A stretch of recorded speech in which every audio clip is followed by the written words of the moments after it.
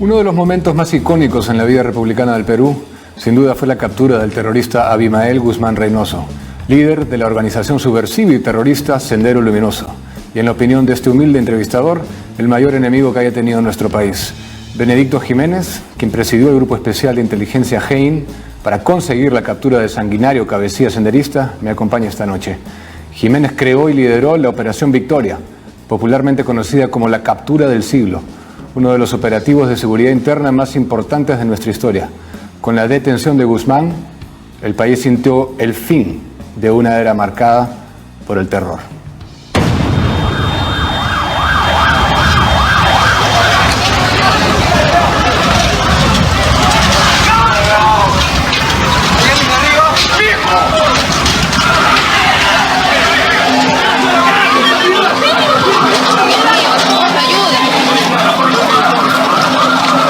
Pese a que ha transcurrido aproximadamente 2 horas en que se registró el atentado, los bomberos y policías continúan removiendo escombros, como también evacuando heridos. Se calcula que hasta el momento por lo menos han sido evacuados 60 heridos, la mayoría de ellos de extrema gravedad.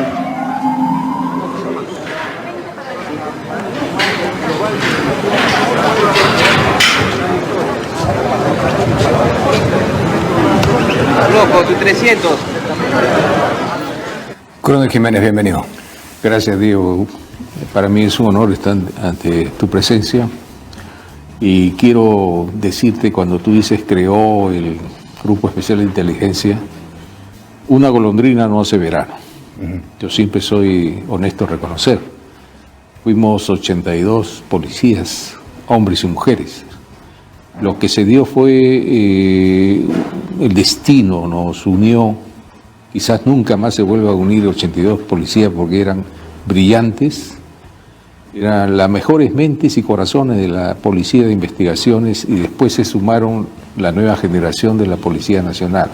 En el año 91 llegaron como 15 más. O sea, gracias a ellos se hizo la captura después de 3 años de trabajo y 11 operaciones exitosas de inteligencia, porque la captura de Guzmán fue producto de el conocimiento paulatino de Sendero, que no fue pues de la noche a la mañana. Yo vengo desde la fundación de la Dirección contra el Terrorismo. Sí, el proceso de Guzmán ya se lo voy a preguntar más minuciosamente. Partamos por el GEIN. ¿En qué situación y cómo nace el Grupo Especial de Inteligencia? El GEIN nació el 5 de marzo de 1990. Y la mayoría que integramos éramos 5 los que conformamos el GEIN, empezó con 5. Veníamos de Dincote, después de trabajar en la década de los 80, yo tenía casi 8 años trabajando. Los 5 originales venían de la Dincote. Sí. Militaban en la Dincote hasta ese Estaban entonces. trabajando en la Dincote, conocían procedimientos operativos y nos juntamos para cambiar la metodología, ¿no? Porque habíamos observado durante la década del 80 como investigaciones, Policía de Investigaciones, la PIP, éramos reactivos. O sea, la Guardia Civil nos ponía los detenidos, nosotros los interrogábamos y bueno, lo que resultaba, ¿no? Pero ese método ya no funcionaba. Porque O sea, no, usted estuvo en la PIP, después pasó la Dincote y después el GEIN. Claro, el Dincote fue creada por la Policía de Investigaciones. Antes de su creación era una división de policía antisubversiva. El año 83 le elevaron a dirección y a fines de la década del 80 se crea el GEIN como parte de la Dincote, pero que contaba con cierta autonomía en las operaciones. Entonces se crea el GEIN por una necesidad de cambiar la metodología. Es decir, si hemos sido reactivos, ahora vamos a ser proactivos, vamos a salir a buscarlos, seguirlos, vigilarlos, conocer las redes que tienen para llegar a la cabeza. Porque toda la década del 80 habían caído la mayoría de destacamentos armados, importante labor, pero poco se le había golpeado la dirigencia, a excepción de Osmán Morote Barrio Nuevo, que cayó en el año 88, creo, de un soplo, pero después no se había golpeado la dirigencia. ¿Se podría decir que el GEIN fue creado para capturar a Guzmán o es más bien otra manera de luchar contra todo? Claro, el GEIN se crea para golpear la cabeza. Específicamente para Claro, Guzmán Reynoso. para los dirigentes. los dirigentes. Había que trabajar paulatinamente y, como yo les decía, para escalar la montaña, la montaña primero hay que empezar a subir la montaña. Y cambiar la metodología es aplicar un principio que se llama: primero te voy a investigar y probar y luego te voy a detener. Que era diferente, que la Guardia Civil nos ponían los detenidos. No, ahora vamos a investigarte. Investigar era conocer cómo piensa, cómo siente y cómo actúa el adversario. O sea, yo le decía a los jóvenes del GEIN, a los agentes: ¿tú vas a combatir a un marxista-leninista maoísta? ¿Conoces tú el Capital? ¿Has leído a Lenin? ¿Sabes lo que es materialismo histórico, dialéctico? ¿No? ¿Cómo lo aplican ellos? No, ponte a estudiar. O sea, tenían que empezar a estudiar para conocer cómo pensaba un marxista-leninista maoísta, pensamiento Gonzalo. Porque tienen una forma de un léxico muy especial, ¿no? Y una base ideológica. Entonces yo decía: ¿cómo se contrarresta la base ideológica del Sendero? Porque ellos caían detenidos, los senderistas, y a los suboficiales les decían: ¿por qué defiendes al viejo y caduco Estado? ¿Por qué no te vienes con nosotros? Mira que te trata mal el Estado, esos sin informe, te pagan mal, vete con nosotros y te damos el grado de comandante. Así les hablaban a los suboficiales. Entonces, ¿el terrorista capturado? Ya detenido, estando en la cárcel. Pretendía hacerle una oferta para desviarlo. Para desviarlo, yo creo que alguna oportunidad lo consiguieron, creo, porque hubieron casos de suboficiales de la Marina. Conozco un caso que se fue, entregó las armas y se plegó a ellos. O sea, ellos trataban de convencerlos. Entonces, los agentes del GEIN y de la DINCOTE se formaban también con cierta base ideológica política. Por ejemplo, decía: mientras tú matas, yo defiendo la vida. Te hemos capturado vivo. Segundo, mientras tú secuestras o extorsionas, nosotros respetamos la libertad. Y tercero, mientras tú quieres instaurar una república popular de la nueva democracia, que es un Estado totalitario, como lo estamos viendo ahorita, yo defiendo la democracia. Imperfecta, pero es al final la democracia.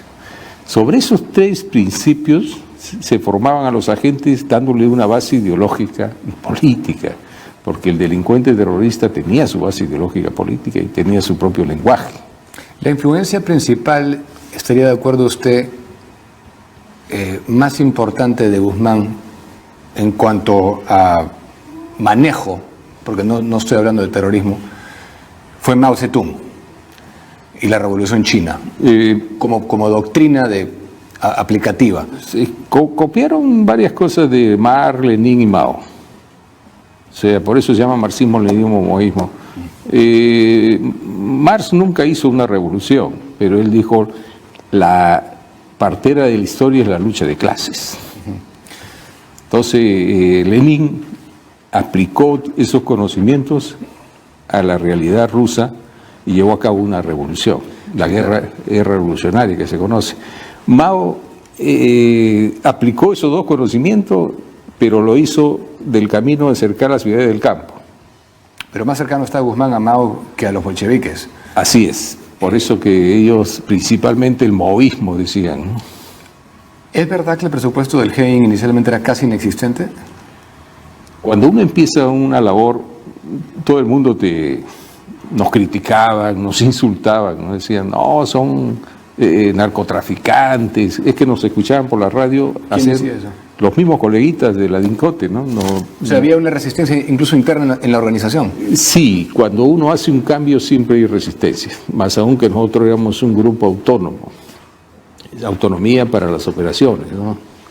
Entonces, como seguíamos a los terroristas para conocer sus redes, su contacto, todo se escuchaba por la radio, era una radio grande que se llama walkie-talkie. Claro. Entonces muchos se escuchaban de la DINCOTE también, pero hablábamos en clave y decían de que nosotros estamos trabajando un caso de narcotráfico. Que, o sea, a la final les decían asaltante. Bueno, uno tenía que escuchar y uno se ríe nada más, porque a la final dimos el primer golpe el 1 de junio del año 90, cuando todavía estaba el gobierno aprista. con Agustín Mantilla como ministro. ¿Cuál fue la captura? Cayó la casa de Monterrico, una casa muy importante donde se llevó a cabo el primer congreso y se desbarató, desarticuló dos grandes aparatos centrales como un Estado Mayor, el Grupo de Apoyo Partidario y la Dirección Central, el DAO, Dirección Central. Ahí cayeron 2 o 4 dirigentes importantes. Elvianila Sanabria Pacheco es una de ellas, que después murió en Castro, creo, en una zonada que tuvieron los terroristas. Cayó también un tal camarada David, eran como 4 dirigentes. Esa operación fue la primera que realizamos después de 3 meses, aplicando lo que nosotros le llamamos la inteligencia más la investigación criminal. Eso se conoce como la teoría de inteligencia policial operativa. O sea, quiere decir, utilizo la inteligencia clásica, que es vigilancia, seguimiento, el análisis, y le agrego lo que es la investigación criminal. O sea, la mayoría éramos detectives. El detective, sumado a la inteligencia, es lo que nos dio muy buen resultado. Y rápido, ¿no? En 90 días. En casi 90 días dimos la primera operación, primer golpe. Sí.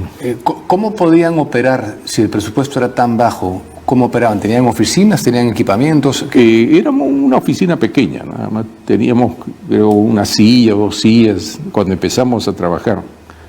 No había apoyo, no había nada, porque incluso después de la primera operación ya nos fortalecimos, nos consolidamos.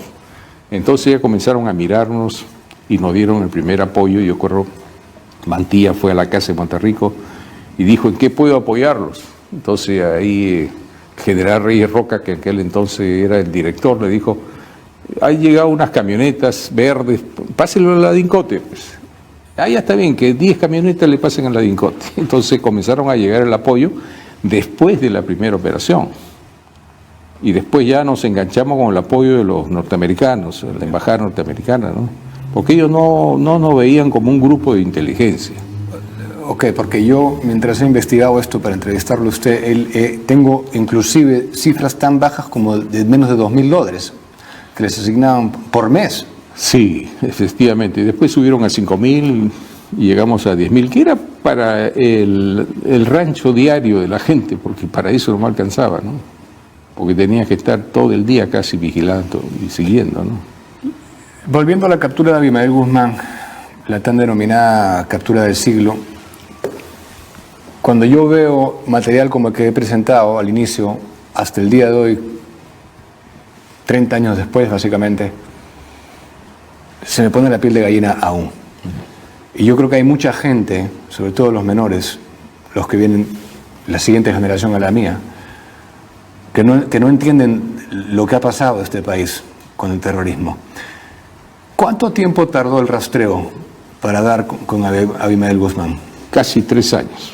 Y fueron 10 operaciones exitosas de inteligencia antes de su captura. El conocimiento fue gradual. Cada operación nos daba información importante, porque nosotros no conocíamos muy bien cómo funcionaba el partido. Hablemos así. Partidos son gente muy selecta. ¿Hubo algún intento real fallido o era sencillamente que ya sabían dónde estaban y todo y todavía no era la ocasión como para hacer el operativo? Hemos tenido algunos errores, fallas, que es normal, es producto del aprendizaje. A veces se seguía, se presionaba un cuadro importante y desaparecía, se daba cuenta. Creo que una vez nos sucedió así con una dirigente que se dio cuenta del seguimiento y presentó un habeas corpus.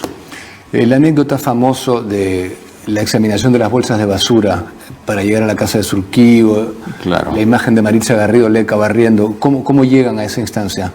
Eso fue ya en la casa de Surquillo, ¿no? Sí. Cada vez que llegábamos a una casa importante se revisaba toda la basura. ¿Pero cuánto tiempo duraba esto? Cuando dice se revisaba toda la basura... Una operación más o menos de inteligencia no pasaba de 4 meses. Está de acuerdo a la capacidad, cantidad de gente que teníamos. El lenguaje.